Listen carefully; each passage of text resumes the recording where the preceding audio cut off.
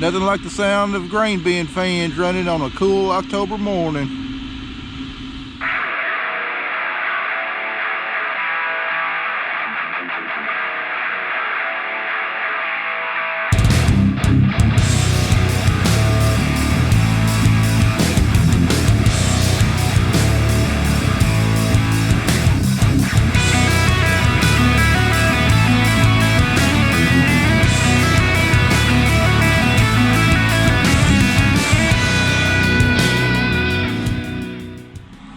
Well, since we got done cutting beans this weekend, we're in the midst of defoliating cotton. We've already got 200 acres sprayed with the first shot. We'll start going back with a second shot probably tomorrow. The only thing we got to do right now is make sure everything is prepped and ready to go for this big cotton harvest we got coming.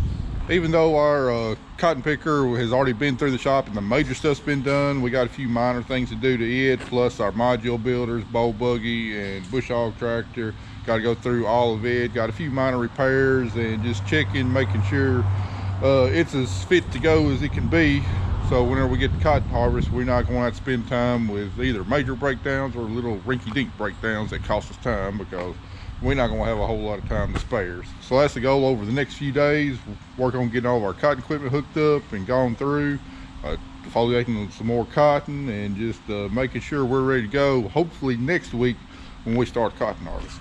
All right, now first thing we need to do on this is need to pull this drive shaft off, because we got to change the seal on both ends here. So you can tell we got a leaking seal here on both of these gearboxes. Having to check them every morning, put a little oil in. I got two more seals. I think they're the right ones. I know one of them is. One of them, I don't know if it's the right seal or not, but hopefully it is, and get those changed out and get this bush hog and 4440 ready to cut about 500 acres of cotton stalks.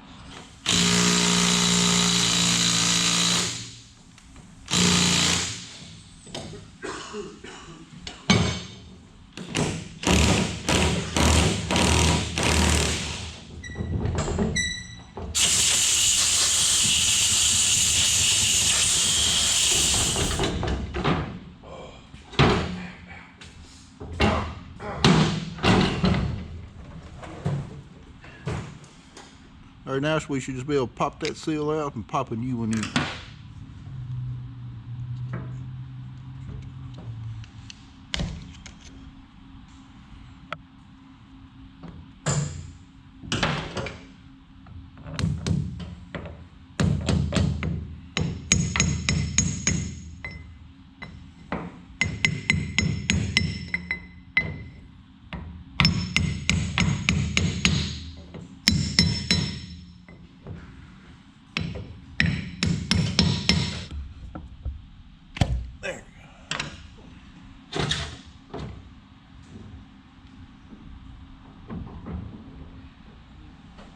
What? You got it lined up with the dip on the shaft for the bolts to go through.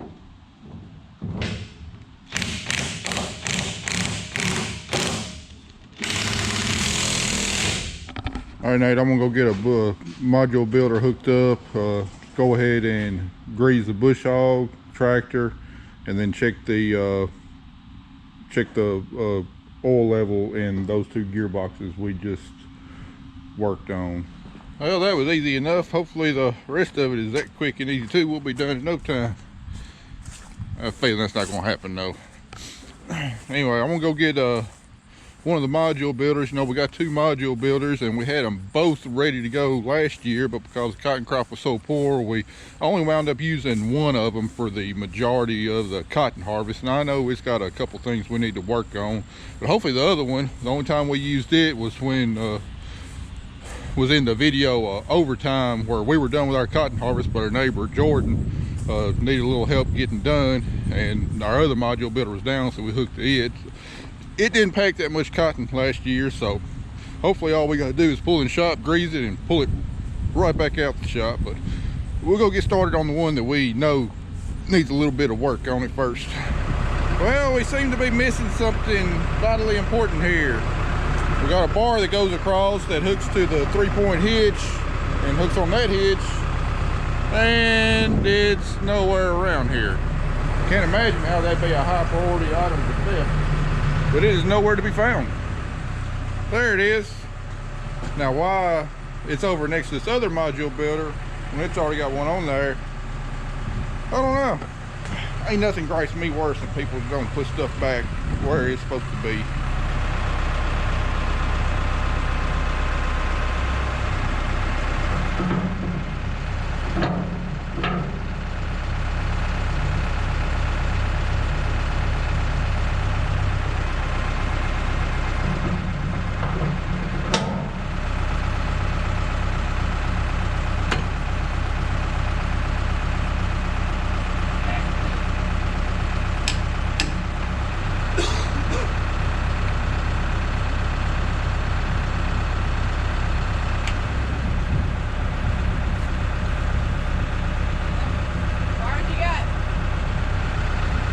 Girl, there ain't no wasps that come flying out whenever we move this thing. Might take a running leap off this thing. Although with it being about 65 degrees, almost ain't gonna be too full.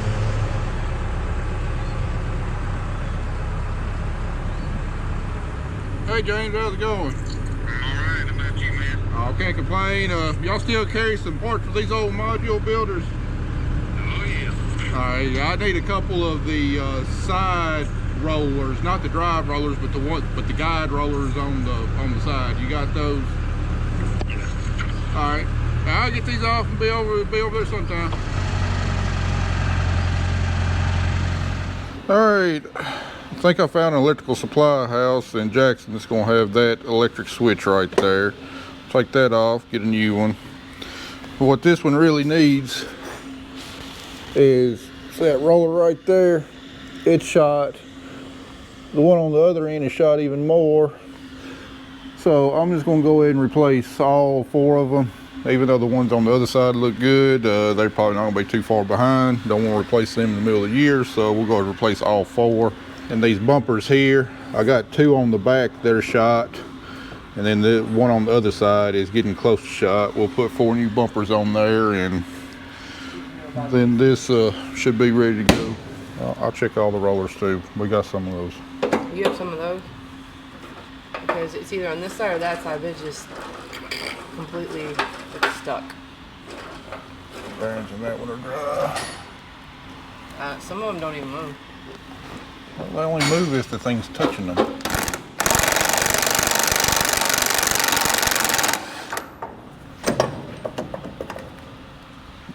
Alright, we'll take one of these, go match up, get parts, put them back on. Alright, I was finally able to find a replacement switch, the right size. Had to drive all over Jackson to get it, but I was able to get one. Tell you what, sourcing electrical parts nowadays be kind of hit or miss. Supply chain issues strike again. But we're definitely going to need this part working this fall. This is the automatic tramper controller for this module builder. And what it does is after the operator gets the initial cotton kind of leveled off and tramped down just a little bit after the bowl buggy dumps into it, you just click this to automatic and it works the bridge up and down to compact the cotton, gets it nice and tight while the operator can be out, you know, getting the tarp stretched out to the back or doing whatever else. Just makes it a lot easier on the operator rather than having to sit here and just work levers constantly. And seeing as how we're going to have to make a lot of modules this fall, we really want this working. Anyway, we'll get this other stuff put back on here and get it greased, and then we'll back it out, and then we'll test it all out, make sure I got this thing on right. All right, now you got the rest of our rollers off. You can see this polyurethane is just cracked. These bearings rough as a cob. And Kelly went and got us some new rollers from Farmer's Gin. Anyway, we put these on.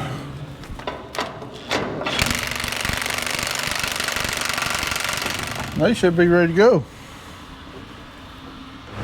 All right, next thing is we want to make sure all of our hydraulic motors are pulling. We got 4 up here that each drive one of these wheels. And if one of the motors goes out, well, then you don't have quite the pulling power. It doesn't mean that the thing won't move back and forth, because you got others that can help pull the load, but you won't have full power. So we're going to hold our lever here, right here, to try and bring the bridge this way against these stops, and then see which, make sure all 4 of these wheels are spinning here. All right, that one's spinning. That one's spinning. All right, Nate, I'm gonna need you up here for the second part. All right, that lever for the bridge, I'm gonna need you to hold it in the forward position. No, look on your diagram there, the bridge, that one right there. All right, hold it forward. Oh, not that, the other way. You said forward. Which way is forward pointing? Okay. Back towards you.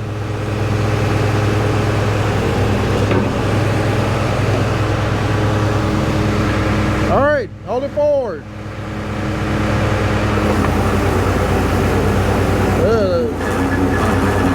All right, that was turning. All right, go ahead.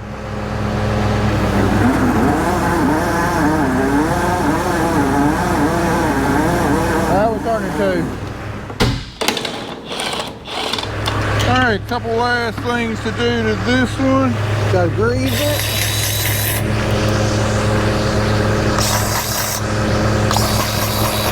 Make sure Kelly's sunshade is good and tight. Check the lights. Working. Check the hydraulic oil level. Check the air pressure in the tires.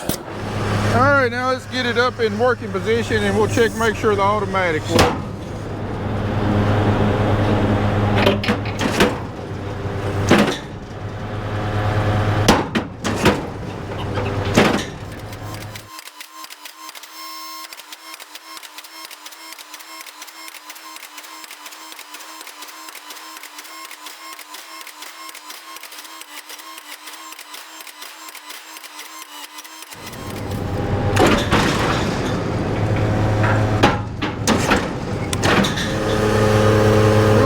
On the back might not be reading. Well, this automatic tramper's not working quite right. Apparently these magnets here are not sensing when the bridge is over it, and it's staying stuck on one end. So the manufacturer of this put this on like 2006. I can't find them on the web anywhere. I lost all their contact information, so I got I'm asking for help on Facebook on a few farming pages, see if anybody knows them, might know how I need to get in touch with them to get this problem solved. Anyway, this one will at least pack cotton. Might not do it automatically. Might require someone to work the levers all the time, but at least still pack cotton. So we'll move on to the next thing. All right, before we get to our last product today, I want to show you the new toy I came to acquire recently. Oh, I've been wanting one of these for years. A metal lathe. It's one of the final tools that I need in this shop to have a decent metal working shop. I can't tell you how badly I've been wanting one. Do I need one all that much? No. Twice a year or so, I need to fabricate something, a part or whatever, or fabricate something I got to make it work, to replace the part, whatever. And really excited about this. Now, I don't have any idea how to work it. The guy I bought it from is going to come out and give me a tutorial, but supposedly it can be fully automated and everything. It's equipped with everything I need to, fully make any parts I might need. So the thing was, I got this thing super cheap. Well, at least I think it's super cheap. Paid $400 for this, and don't really know what they're worth, but I'm assuming they're worth a whole lot more than $400. Doesn't really matter how old they are, as long as they work. So hopefully this winter I'll have a chance to play around with it, get pretty good with it, and make some metal chips fly in this shop. Can't wait. So anyway, I'll have more of this in a later video this winter, hopefully. All right, the last thing we're going to try and tackle today is here on the service truck. It's been happening a little bit over the last year or so, but we got a manual transmission, and occasionally we lose the clutch pedal. Sometimes it's when it's parked, sometimes when it's going down the road. But anyway, there's a bushing where the lever hooks up, and the pedal just pops off of the rod going to the clutch. As you can imagine, that's not a fun experience when you're going down the road, or if you're at a stop sign and all of a sudden your truck takes off because it pops off. So anyway, it's got a plastic bushing in there that's wore out. Got one here. So let me tell you how incompetent USPS is. Not UPS, but the United States Postal Service. I found this part online, Amazon, I think, like 2.5 weeks ago. Ordered it. It's like $3.50 part. Anyway, I got a notification about a week ago that said it looks like your shipment has been lost from the United States Postal Service. So I told Kelly to find me another one from a different company that used like UPS or FedEx. And anyway, UPS showed up today with a new bushing. Guess what else showed up today? The original one that I ordered, and I'd already gotten a refund. Lesson learned, always check the shipping method, and if they're going to ship it by USPS, go to a different company that will use UPS or FedEx, in my opinion. So in our area, those are the only two that work. Pop this bushing out. You see there just ain't much left of it. All right, pop this there in the rod. Now connect the clutch pedal to the rod. I hate working up under the dash. All right, nice and secure now. Maybe we won't have any more surprises going down the road. All right, well, we've had a bunch of late nights here the last couple weeks, so it's right around 5 o'clock. I think I'm gonna have an early evening tonight, and we'll get back on some more cotton stuff tomorrow.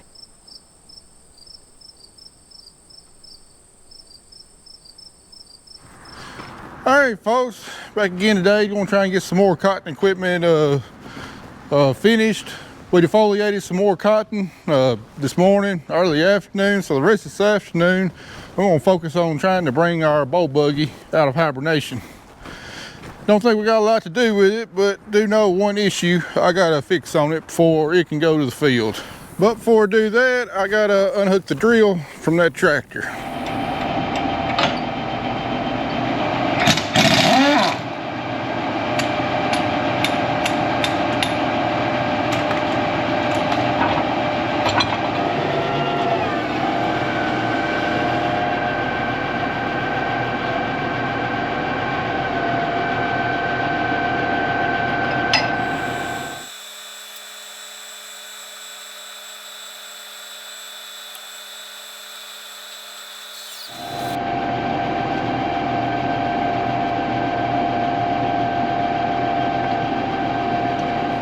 All right, not a whole lot we gotta do to this other than check the air pressure in the tires and grease it, but back here on the back wheel, we got a dust cap missing.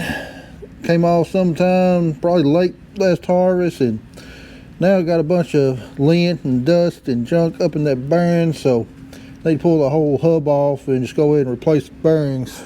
To be on the safe side, don't want any downtime. Nate, you ever pulled a wheel hub off before?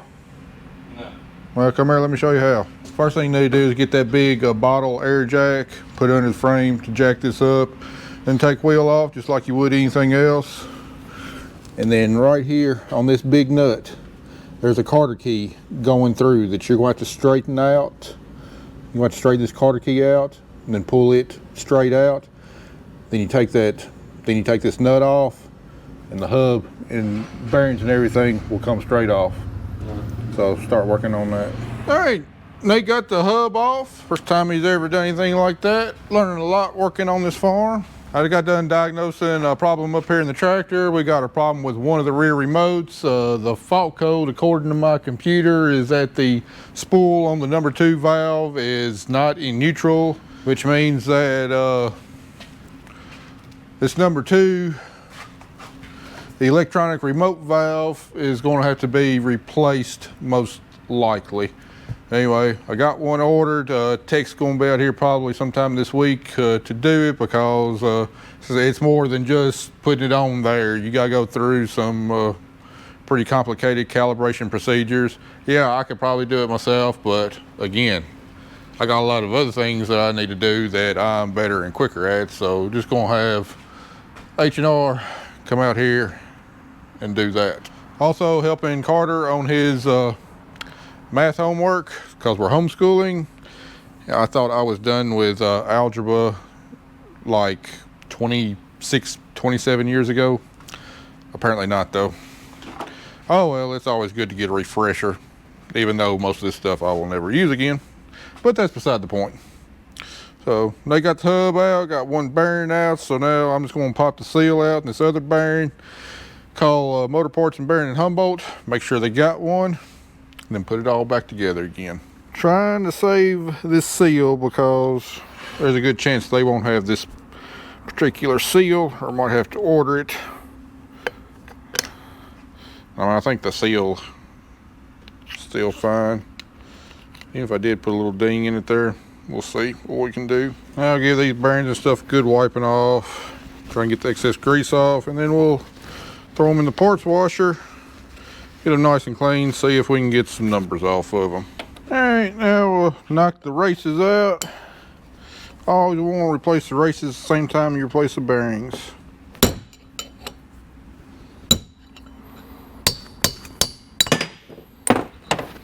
Oh, gotta love wheel bearing grease.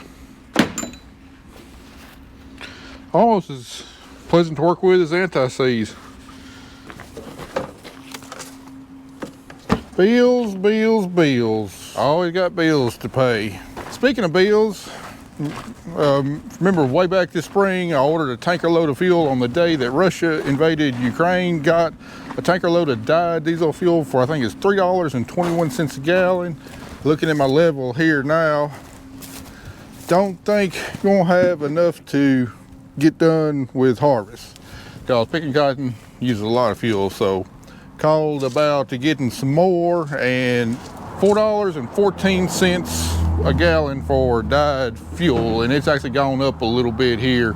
The last week I started seeing reports of gas going back up and everything. Of course, diesel fuel never came down that much compared to gasoline, so really debating on, do I just get like another 1,000 gallons to get me through the year and then, you know, worry about next year, this next spring, or looking at this political climate and everything that's going on, I just go ahead and get a bob truck load of 4,000 gallons and have enough to, you know, to run probably through at least planting, maybe into wheat harvest next year. Really concerned I'm gonna be kicking myself next spring. You know, diesel fuel after the winter might be, you know, say between $4.50 and $5 a gallon. I'll be kicking myself why I didn't go ahead and get a bunch this fall.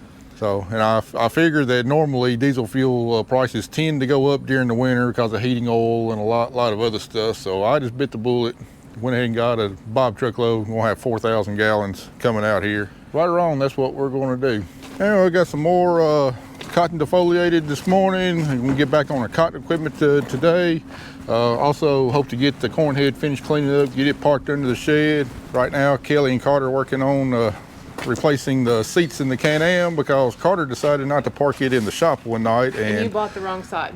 Drake uses a chew-toy. No, I did not. I specifically ordered the pass. This is this side. This goes to this side. There's no hinges on it. This one doesn't have any. Look, it doesn't. The up has to go through the hinges. That does not. I was on the phone with them for like 30 minutes making sure Okay, we got the right tell ones. me this is how it's supposed to go, like this. Well, if you parked the Can-Am in the shop, we wouldn't be having this problem, would we? This was in here too. That's an oil change kit for this. It does. So they were the right ones. We just gotta take some hardware off. Yeah, because I'm the one who replaced it last time. Because somebody has an obsession with vinyl. Yeah, apparently our dog has a fetish for vinyl. Bam, there's one sitting. Bam, like a ridiculous fetish for vinyl. Anytime we get out in the field and he gets lonely and there's something vinyl out in the yard, he chews it up. Done it to my lawnmower seat. Now he's done it twice to the Can-Am. Yeah, lawnmower seat's ridiculous. Just don't get it. All right, got our new seals and bearings. After lunch, driving back from town after getting these bearings and stuff, windows down. Just driving by, driving through town, seeing some fields have been harvested, some still left. Just, I've always said October is my favorite time of the year. Unfortunately, I don't get to enjoy it the way I'd really like to, because you know we're just go, always stuck in a cab or something.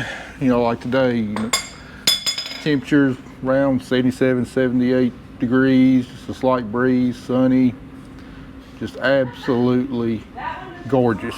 There's a lot of days like this in October, but like I said, unfortunately, we're just going so hard we don't get to take a step back and enjoy them. But for that 10 minutes driving back from town, nothing else to do other than cruise down the road with the windows down. Man, really made me appreciate it. I just wish I had just like a solid day where I could just sit on the porch, you know, read a book, drink a beer, just really enjoy it. Fortunately, in my line of work, we're out in these beautiful conditions, but can't enjoy them. All right, where's the hole? Where is the hole?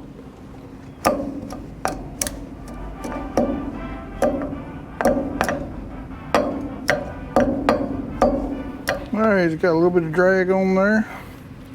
Now fill the gravity up with grease. All right, got her all lubed up. Got her new dust cap.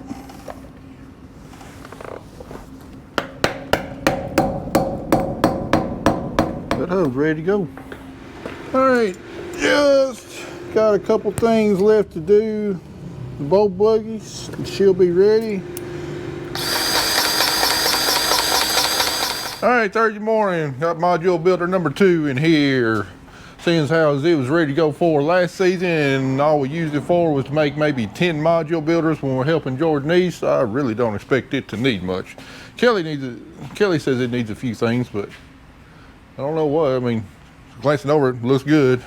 All these rollers look relatively new. Hoses starting to get a little cracking, but maybe they'll be all right. And as expensive as they are, because I mean they go all the way there. Those are some expensive hoses. We're gonna wing it, because hopefully we won't be running module builders very much longer.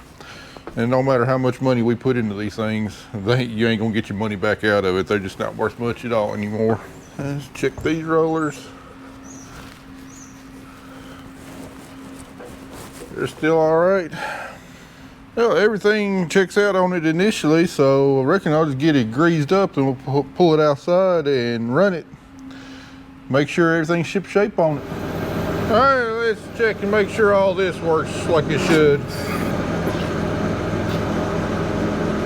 Check the drive rollers.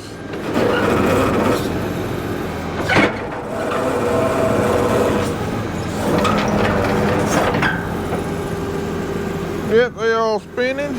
All right, let's check the automatic here.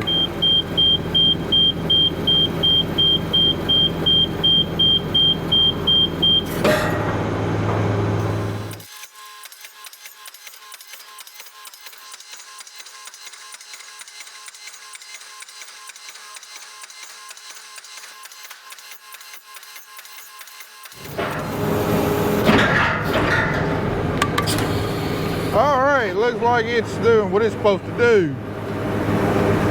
At least we got one module builder that the automatic tramper works on it. I did some research on that other builder because it's got an aftermarket automatic tramper on it that I had installed in like 2005 or 2006, so it's 17 years old.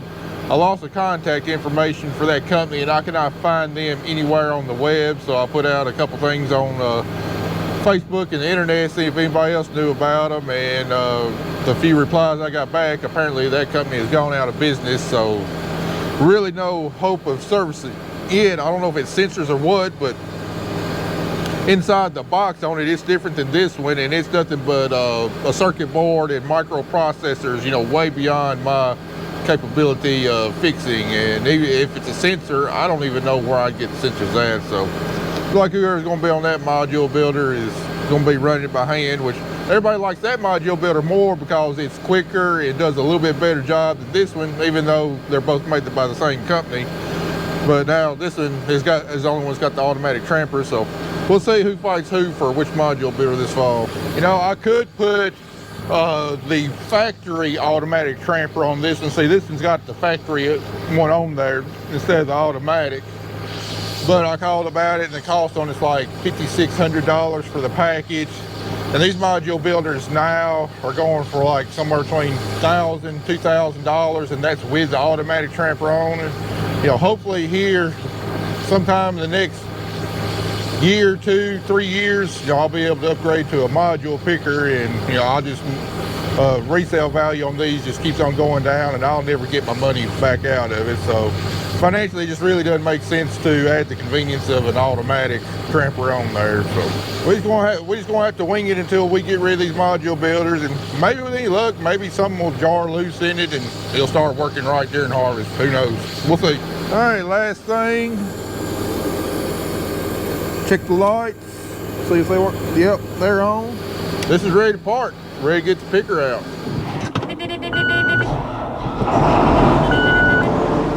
All right, well, we fill this thing up with water, get the water system primed. Go ahead and put the monitor up there in the cab.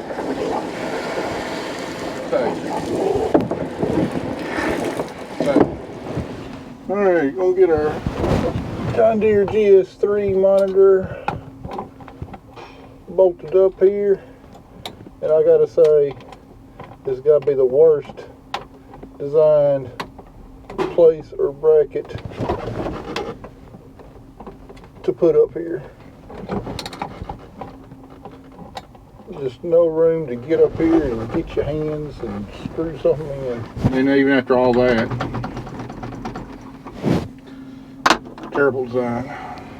Alright, it's firing up.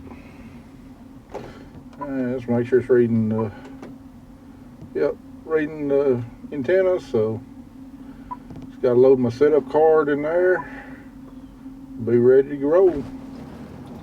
Alright, got the water pump primed, so we cut the water off. Alright, got the tires up there. Now I gotta grease the drive shaft.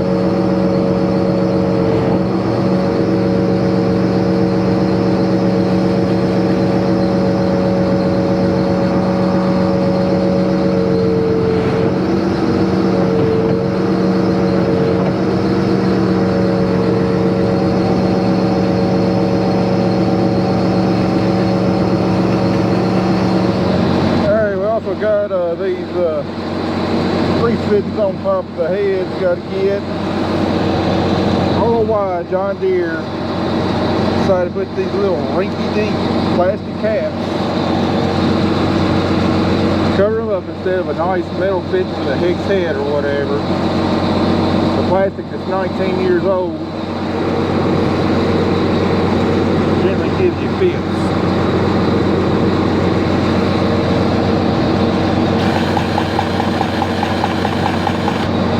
And they use a slotted head on them too.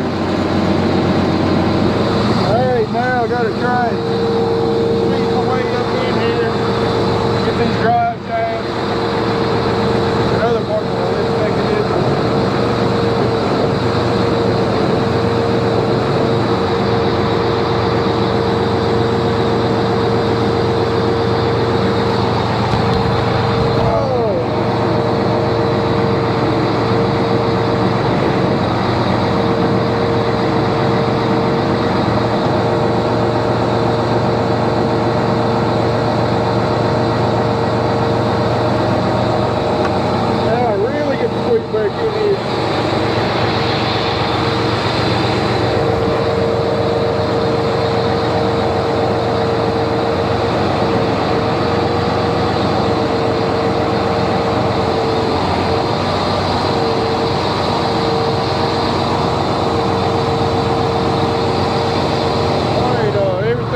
Picker's greased except for all the drums and stuff and the heads. In order to do that, we got to fill the reservoir up with grease. We got a 55-gallon drum of grease we got to pump over into the picker. We started to run out of daylight, so we're going to call it quits for today. Got some more cotton to defoliate tomorrow, so we'll probably get back on this picker tomorrow afternoon after we get done with defoliating. So, oh yeah, one more thing. Need to do this afternoon, because I guarantee if I'm doing this afternoon, I'll completely forget about it. We got to put this pump, we got to put this belt back here on the water pump. All right. Now we'll be ready to make sure it pumps water and no leaks and everything.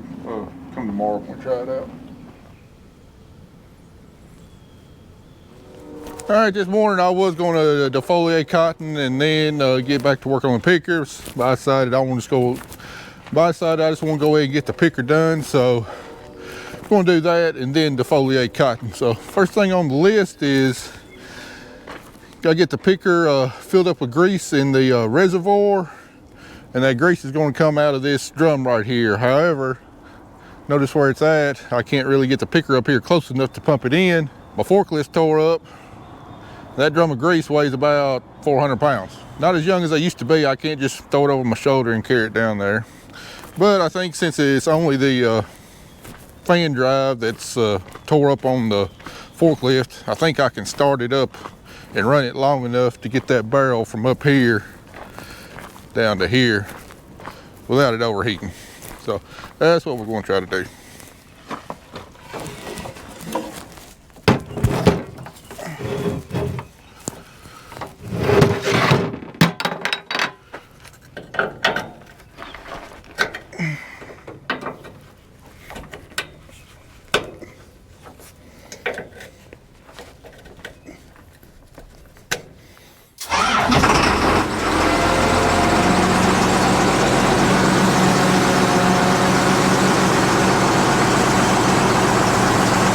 Got here is 55 gallons of cotton picker spindle grease, 400 pounds. It's a real light viscosity grease that greases all of our drums and our spindles and everything.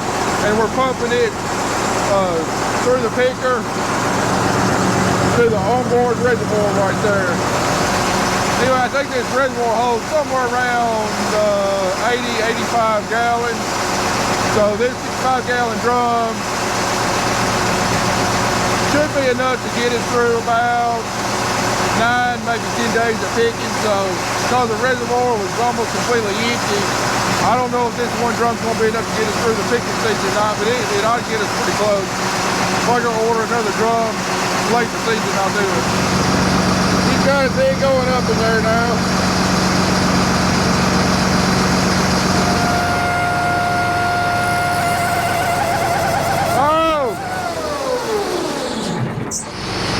All right, next thing we're doing is we're greasing all the heads, all the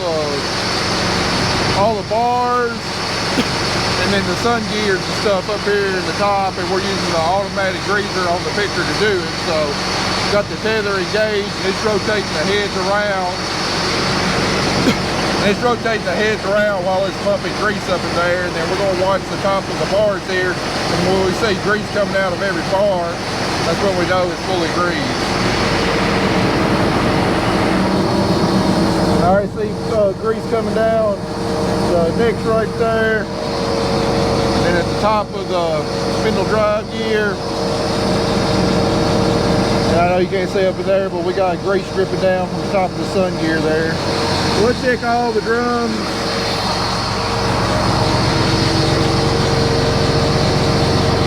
Make sure all of them got grease. We don't have any grease lines busted anywhere.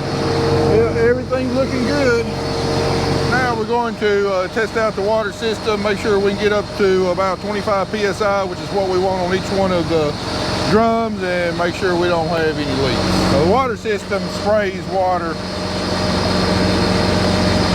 into this nozzle, and it's got a distributor that distributes it to each one of these moisture pads, and that's what wets the spindles to make it more efficient in picking, and it also cleans the spindles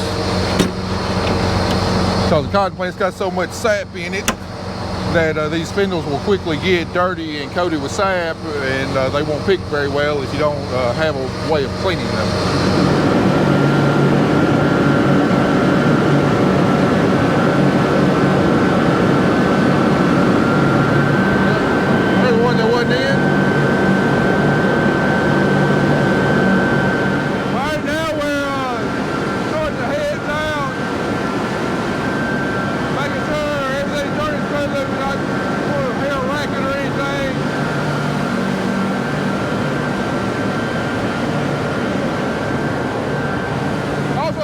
Work the grease into the bars real good by starting them out slowly.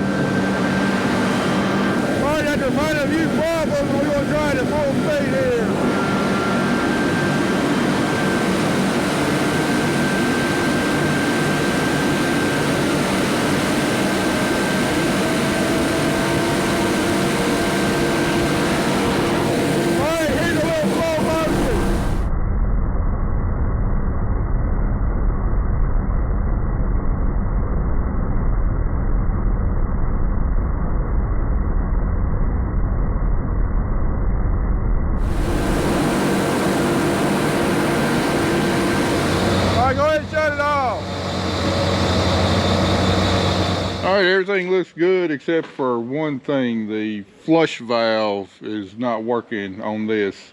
We got the standard moisture that runs steady PSI, but then if we want to give it an extra boost of water to clean the spindle, say when we're turning around or we have other problems, there's a button up there in the cab we hit, and it bypasses the pressure regulator and sends a full flow to the distributors. And anyway, that valve is not working. It's getting voltage and everything, but it's not working, so got to replace that. But got to fill the brake reservoir up with fluid. For some reason we seem to be losing brake fluid out of there. Been happening the last couple of years. I can't find any leaks or any place that's getting wet, so don't know where that problem is. But anyway, we'll just top it off and it'll run most of the season. But other than that, I think she's ready to go. Just got to fill her up with fuel. All right, after further investigation, Kelly found out the problem with her brakes. You can tell right there on the bottom of the reservoir, they got a crack there. She put fluid in and saw it leaking out the bottom, so got a new brake reservoir ordered.